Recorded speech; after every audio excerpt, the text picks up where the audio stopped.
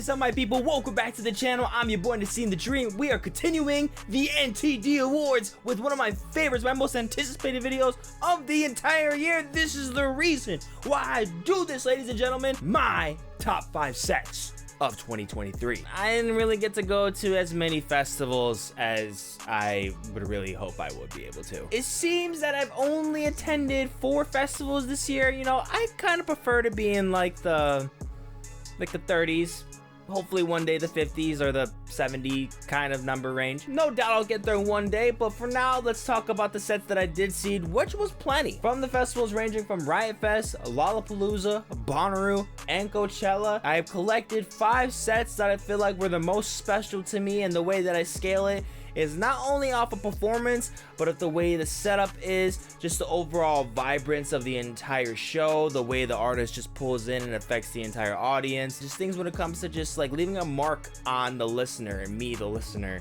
and who I felt was just the most captivating of the year. Here is starting with number 5. Number 5 is gonna have to go to the Frequalizer, the natural brown pop queen, the one and only SUDAN Archives at Lollapalooza.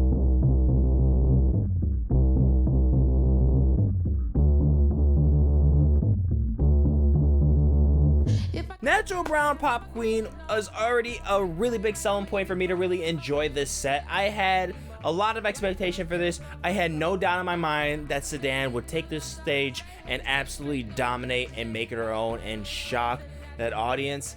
She actually doubled my expectations and did just that, but did way more. And she was killing it, my G. She was on that violin going digga digga dee, digga digga dee. The way she just really owned that confidence into her vocalizations and the dancing in there, it was just so insanely captivating. I was in it front to back, and some of my favorite songs in there were the best ones to wild out to, and she got that crowd in it. And I know she shocked people that night. I seen it in their face early in that day. This is an artist that I just cannot wait to see once again. If you are into the pop and R&B scene and that alternative kind of scope, check her out, dude. What are you doing? Number 4, I'm gonna have to give it to Baroque Pop's own Miss Lana Del Rey. I'm gonna take mine with you, with me. Mine. Say it again.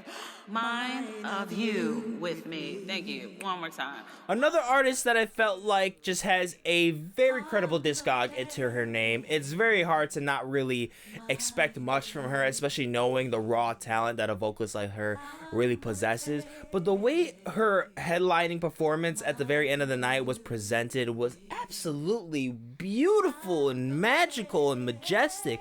I just could not believe the heavenly nuance and atmospheres that were just so beautiful to gaze upon, with not only her but her backup singers, the stage setup, the costume design. It was gorgeous. It felt like a real beauty ballroom etiquette type of experience. It was something that I felt like was just so high class, so highly potent in its quality. I had so much to expect from Lana for my first visit to see her live, and she took the whole cake. I thought she was one of the best acts, one of the acts you cannot miss at Lollapalooza this year, and it was just something that I was just so grateful for. I was with a great bundle of friends there, and it was just a joyful experience, an amazing way to end the night, and just something that just makes you feel like deep into your feels. She killed it that night. Number 3 is gonna come from Coachella Valley with Senora Rosalia.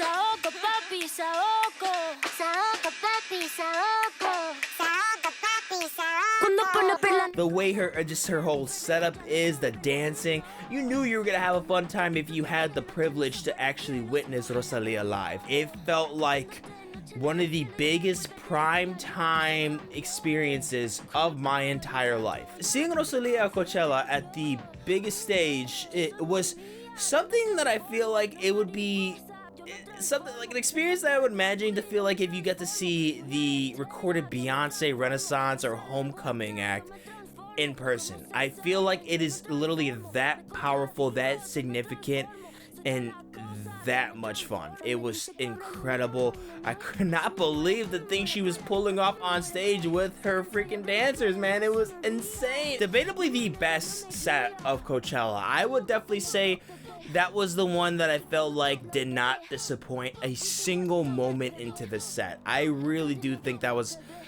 objectively the best one. But I got some better ones in store for you, ladies and gentlemen. Some of my more personal favorites. Get into the number 2 spot. An act that I've seen plenty of times, and I knew what to expect when I got to see them in Bonnaroo. But this was easily the most evolving set I've ever seen from this group. Ladies and gentlemen, it is ODESZA. Back to front, over my shoulder at the sun,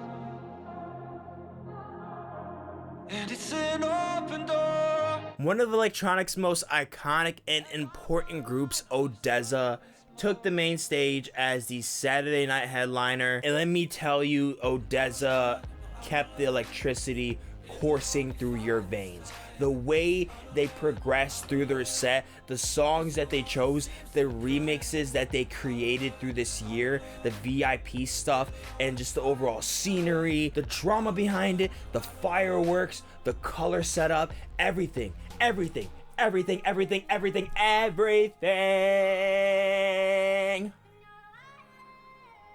was sensational. You know how you get that feeling when you just see an artist that you really love or a band that you really love, and especially if they have a record that you just came out with, or maybe that's one of your favorite pieces from them, right after you see their set, you're just, that song, that album that you already love, it just becomes way more hard-hitting for like the next probably year or so. That did that for me for The Last Goodbye, which was a record when it came out, but the singles were coming out. I was very iffy about it. When the actual album came out, I was like, wow, this is actually really good. My feelings have greatly changed about that record. I think those songs are very underestimated. I feel like it took a next step into ODESZA's discography, and the way they just functioned that and then switched up with their styles on here, it felt so unique. I think specifically at that set too, it was the most unique. I actually got to see them twice this year. I seen them again at Lollapalooza, but it didn't seem like either they did or Lollapalooza invested that much into that set, which they were also a closer for that night. It felt like for Bonnaroo, way more significant, way more bigger. This is a set that I feel like will go down as one of my most cherished memories of Bonnaroo and just in my entire life, period. And now we're gonna get to the number 1 spot. The number 1 spot for my favorite set of 2023 is gonna go to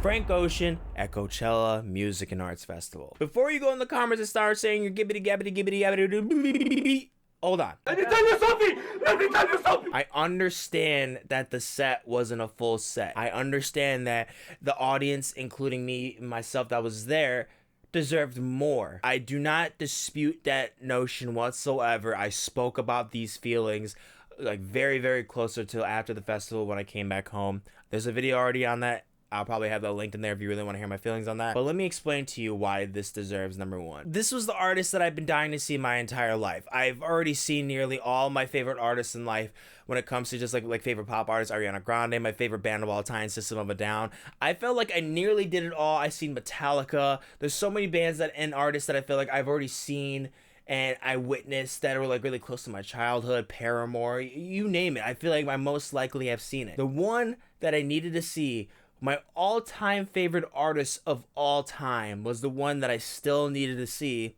and it was Frank. And even though I didn't get what I thought I would get necessarily in length, I got something that felt like it was not only important to me, but so important to the people around me that it didn't even matter about all the chaos so much. It mattered so much about us being there and us being just so powerfully passionate for Frank. That was the connection that made me feel so grateful to be there, and it got me so emotional at that point, speaking with some of those people, making friends with a good amount of those people, and just hearing their experiences, their feelings about Frank, what Frank has really made them feel and think about in life, and just overall be like grateful about the bliss that he is blessed upon us in music. It doesn't even matter how long I waited there, 10+ hours I was standing. I've been there, done that. Yeah, it sucks, but was it worth it?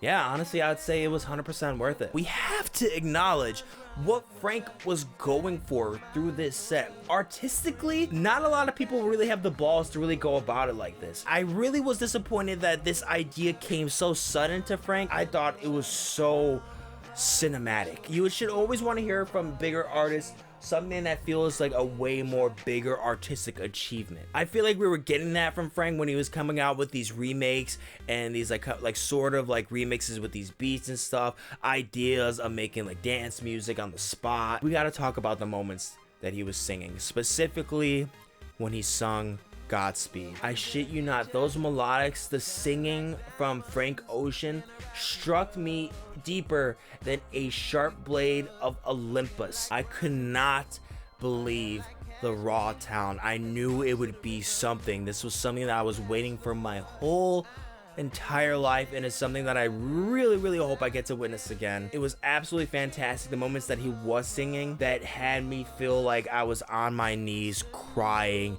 of just so much joy. I know that's gonna sound like some dick riding shit. Maybe it is.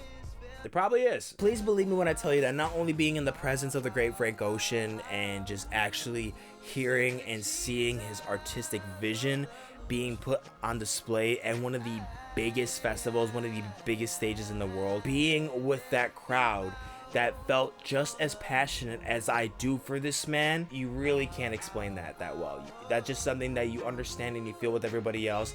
And I feel like with everybody that was there, they can really, I truly feel like they can resonate with how I feel. I really do feel so. But all in all, I just want to say Frank Ocean and Coachella, thank you. Thank you for being the reason why I want to be part of music for my entire life, and why I absolutely adore being a part of the music community when it comes to live shows and festivals. That is something that I want to be a part of till the day that I die, and hopefully beyond that, if that's even true to believe. That is my top 5 sets of 2023. I hope you enjoyed this video. If you did, go on and like and subscribe to get more content. But most importantly, I want to hear about your favorite sets of this year. Make sure you let me know down in the comments what were your favorite sets. It doesn't even matter if it was at a festival or not. Let me know your favorite sets of the year. I want to hear it. Thank you guys so much for watching, and I'm gonna catch you in the next one. Deuces. Wishing you Godspeed, glory, there will be